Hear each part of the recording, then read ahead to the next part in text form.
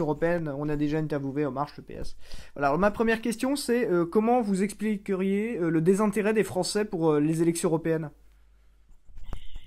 Parce que le mécanisme des institutions est compliqué, parce que les responsables qui dirigent ne sont pas des gens élus.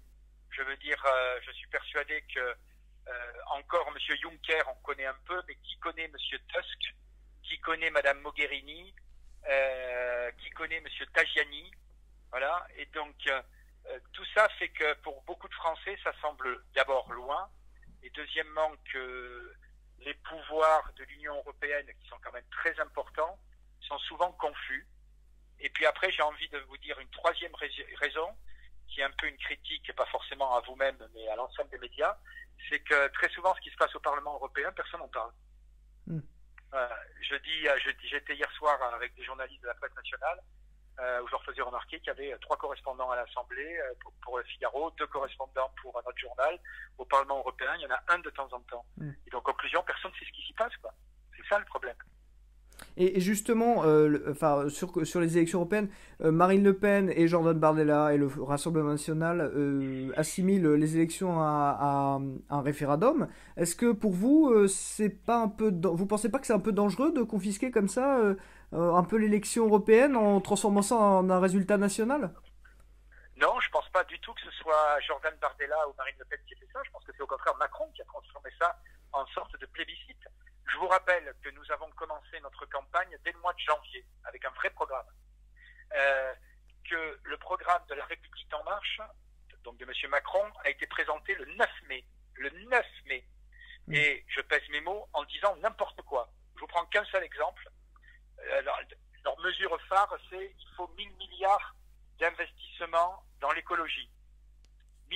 Ça, c'est un chiffre qui frappe. Oui. Sauf que, est-ce que vous connaissez le budget de l'Union européenne chaque année? Comme ça, non. Non. C'est pas grave, je vous rassure, personne ne le sait dans la presse. 165 milliards. Donc, expliquez-moi comment on continue tous les programmes et comment on fait 1000 milliards d'investissements avec un budget qui fait 165 milliards. C'est pas la peine d'avoir fait Polytechnique pour comprendre que c'est n'importe quoi. Ce que je veux dire par là, c'est qu'on est les seuls à avoir un vrai programme et que M. Macron, depuis 2 mois, explique que c'est ou lui qui représente les progressistes. Personne ne sait vraiment ce que ça veut dire, le progrès. Qu'est-ce qu'il appelle les progressistes? C'est tous ces mots en isme qu'on invente pour faire bien. Très souvent, ça cache pas grand-chose. Et les progressistes contre les nationalistes. Ben, écoutez, c'est lui qui a transformé ça en référendum. Je vous rappelle que vous avez aujourd'hui une campagne d'affichage où vous n'avez que le président de la République, vous n'avez même pas Madame Loiseau. Et vous savez que le président de la République a donné hier une interview à la quasi-totalité des quotidiens régionaux. Il ne cite même pas Madame Loiseau. Donc tout ça pour dire que aujourd'hui, j'ai presque envie de vous dire à notre corps défendant, Monsieur Macron nous a dit, donc Claire, venez me chercher. Bon, on va le chercher.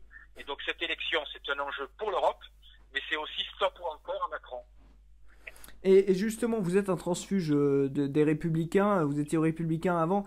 Est-ce que vous avez réussi à vous faire accepter pendant cette campagne par les militants du Rassemblement national, pendant la campagne des Européennes? Vous pensez être accepté aujourd'hui, être intégré complètement? Franchement, oui. Là, par exemple, j'ai fait une vingtaine de réunions publiques. Ce soir, c'est ma dernière, puisque je serai le coulommier. Donc, vous voyez, là, on est en train de se garer. Non, ça se passe très bien, parce qu'en réalité, si vous voulez, le discours du Rassemblement national par rapport au discours des Républicains dans cette campagne, il est presque le même. Sauf qu'il y a une différence fondamentale, c'est qu'une fois élus, les Républicains font le contraire à Bruxelles. Et pourquoi ils font le contraire? Parce que on sait très bien qu'en réalité, quand vous allez élire, les Français vont élire 75 ou 79 députés, d'accord, selon pour ou sans Brexit. Mais 75 ou 79 députés dans un Parlement où il y en a 751. Ce qui veut dire en clair que les Français, nous représentons, toutes tendances confondues, 10% du Parlement européen. Et en réalité, on n'existe que au travers des différents partis politiques européens.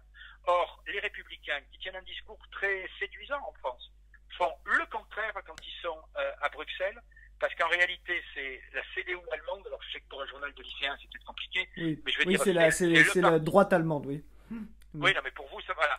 C'est, si vous voulez, les républicains allemands, pour schématiser, qui dirigent la CDU. Or, ils n'ont pas la même problématique. En Allemagne, ils perdent de la population.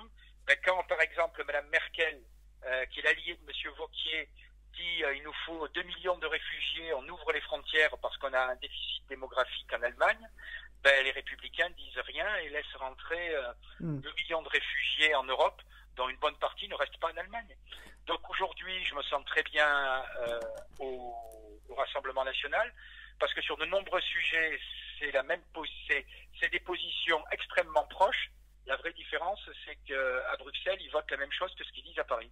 Je vous pose juste deux dernières questions et après je vous laisse. Question, allez-y. Oui, ce matin, Marine Le Pen, elle a dit que la France insoumise, c'était maintenant la France islamique. Est-ce que c'est pas un peu too much? Non, parce que si vous regardez, il y a un vrai débat au sein de la France insoumise.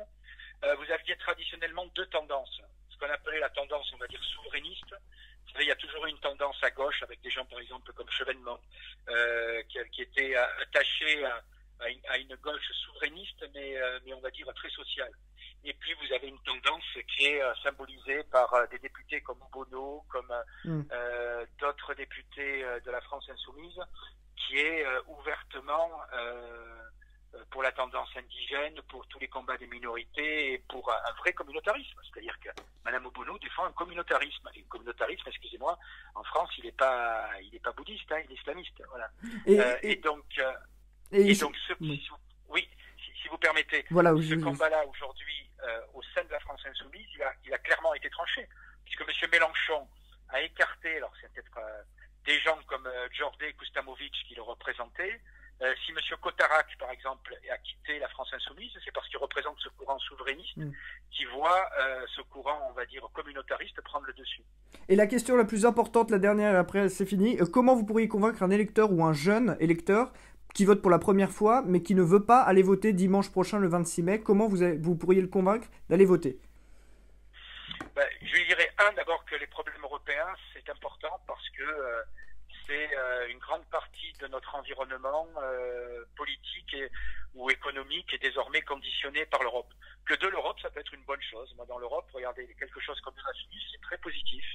Mais que dans l'Europe aussi, il y a des choses qu'il faut contrôler. Je pense que, par exemple, quand 550 000 travailleurs étrangers viennent en France à des salaires bien plus bas, ce qu'on appelle les travailleurs détachés, à des coûts bien plus bas, pardon, ce qu'on appelle les travailleurs détachés pour prendre 550 000 emplois en France, eh bien, c'est une des conséquences néfastes de l'Europe.